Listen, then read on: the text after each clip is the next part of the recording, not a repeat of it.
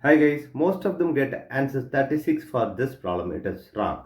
Here 9 plus 9 is 18. Divide by 9. Here 9 plus 9 is 18. Now 18 divided by 9 is 2 times this 18 is 36. This is wrong.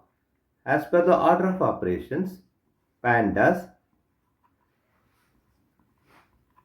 here multiplication divisions are equal priority. Also this addition subtractions are equal priority.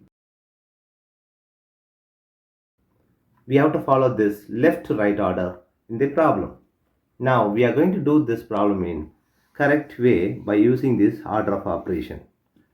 Always this bracket first. So 9 plus 9 divided by 9 times this is 18. Now we have addition, division and multiplication. Here multiplication and divisions are higher priority than this addition. So we have to do this first. From this we have to follow this left to right order. Left to right we have is this 9 divided by 9.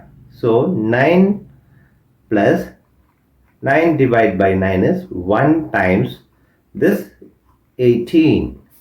Now we have addition and multiplication. Multiplication is higher priority than this addition. So this we have to complete now. So 9 plus this is 18. Now 9 plus 18 is 27.